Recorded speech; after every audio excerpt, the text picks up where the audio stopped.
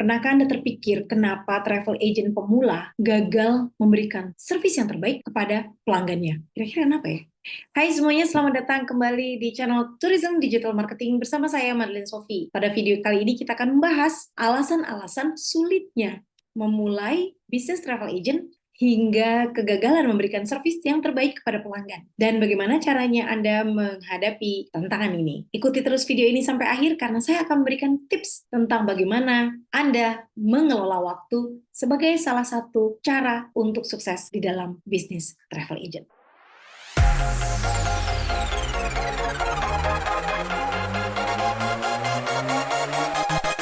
Hai, jika Anda baru pertama kali berjumpa dengan saya, halo apa kabar? Perkenalkan, saya Madeline Sophie, saya praktisi di bidang pariwisata dan pemasaran. Dan di channel ini saya berbagi tips bagaimana caranya menjalankan travel agent dari rumah atau dari tempat Anda tinggal atau dari desa tempat Anda tinggal dengan menggunakan perangkat yang mudah, murah, bahkan gratis.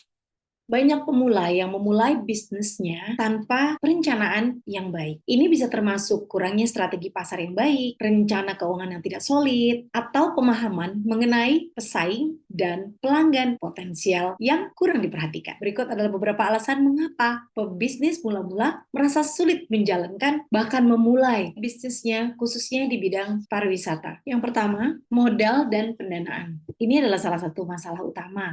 Bagaimana sih caranya mengumpulkan dana atau memperoleh investasi untuk memulai sebuah bisnis. Pada saat saya memulai bisnis travel agent saya sendirian, saya tidak membutuhkan investor karena saya bisa melakukan pemasaran, kemudian saya bisa putar keuangan itu. Jadi sedikit saya putar, sedikit saya putar. Tapi tentunya ini butuh bagaimana caranya mengelola keuangan dengan sangat details. Jadi solusinya adalah Anda belajar manajemen keuangan. Yang kedua adalah mengenai persaingan. Persaingan di industri pariwisata itu sangat ketat. Banyak travel agent yang besar, yang sudah raksasa, mereka sudah ada di pasar ini, dan mereka berkuasa di pasar ini. Solusinya, Anda perlu menawarkan nilai lebih yang unik, berupa market niche atau pasar minat khusus. Mengenai market niche ini pernah saya bahas di video saya yang ini, atau Anda bisa klik di sini.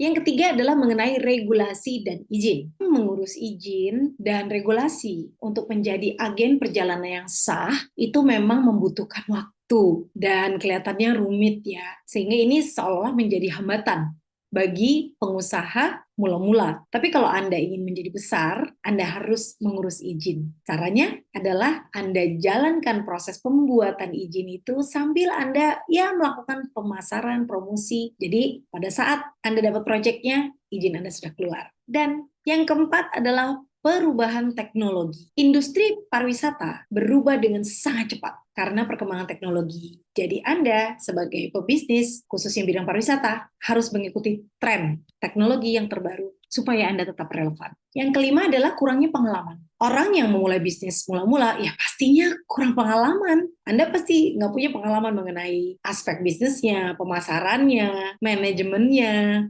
pengelolaan keuangannya. Solusinya adalah Anda harus tetap berusaha karena hanya dengan pengalaman Anda akan banyak sekali belajar. Jujur aja, apa yang saya alami, mungkin saya hanya bisa berbagi. Tetapi ini kan hanya garis besar saja. Belum tentu apa yang saya jalankan ini cocok untuk perusahaan Anda. Jadi yang penting, Anda pelajari terus gimana caranya yang cocok dengan bisnis Anda, tapi Anda selalu lakukan evaluasi.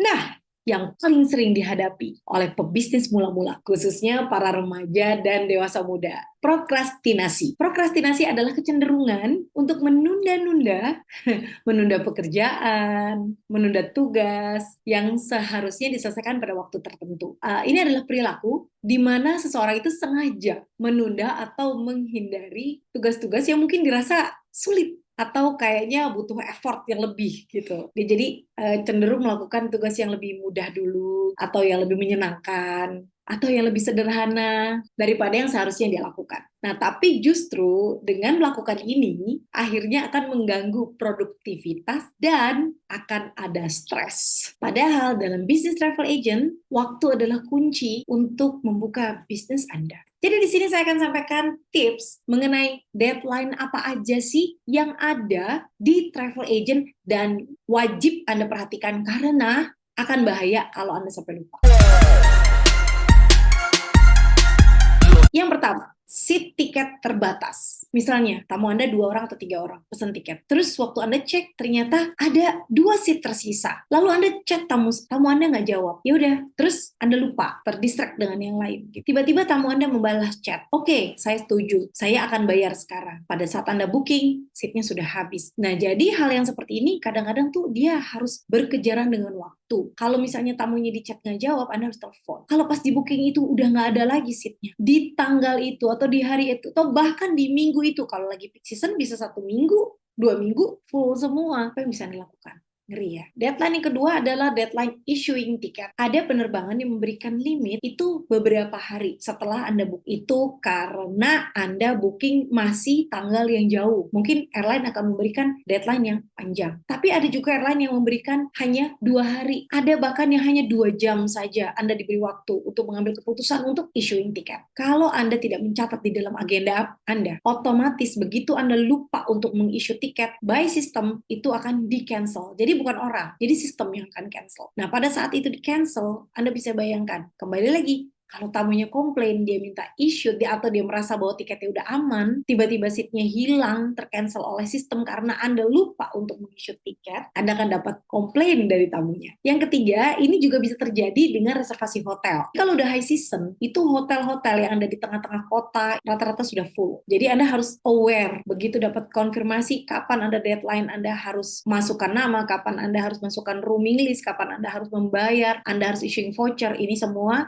ada deadline-nya. Kalau grup booking ini berbeda. Jadi dalam grup booking biasanya mereka memberikan ada 3 deadline. Yang pertama adalah deadline Anda harus bayar deposit. Jadi pada saat Anda booking, Anda harus bayar deposit. Besarannya beda-beda setiap airline. Setelah Anda deposit ada deadline yang kedua, yaitu deadline untuk insert names, nama-nama tamunya. Kalau domestik harus sesuai dengan KTP-nya atau nama sesuai dengan paspor kalau untuk ke luar negeri. Nah, jangan lupa paspor pun Anda harus periksa dulu satu persatu karena paspor itu harus berlaku 6 bulan setelah tanggal di mana orang itu terbang. Setelah itu ada deadline ketiga, deadline issuing tiket. Nggak cuma tiket dan hotel saja, tetapi juga ada beberapa. Contohnya, ada visa. Kalau Anda sudah apply visa, Anda tidak mencatat tanggal appointment-nya untuk interview di kedutaan, itu juga gawat.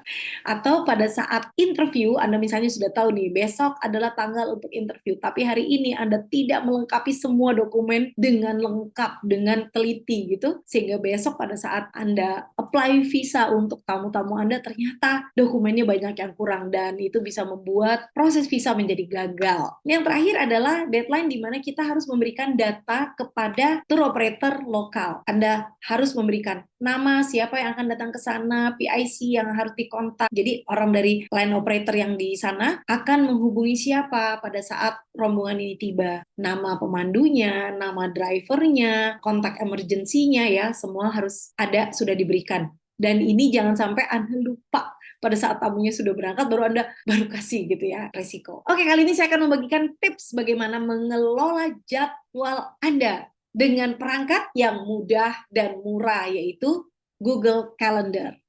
Silakan Anda cek di video yang ini. Demikian video dari saya kali ini, semoga ini bermanfaat, dan kalau Anda suka akan video ini, silakan Anda klik like dan share untuk teman-teman Anda, dan jangan lupa kalau Anda belum subscribe, Anda bisa subscribe supaya Anda bisa terus mendapatkan informasi apabila saya mengupload video yang baru. Dan nggak hanya di video ini aja, saya juga banyak upload mengenai perjalanan saya atau tips-tips perjalanan saya di short. Terima kasih sudah menyaksikan video ini, sampai jumpa, bye!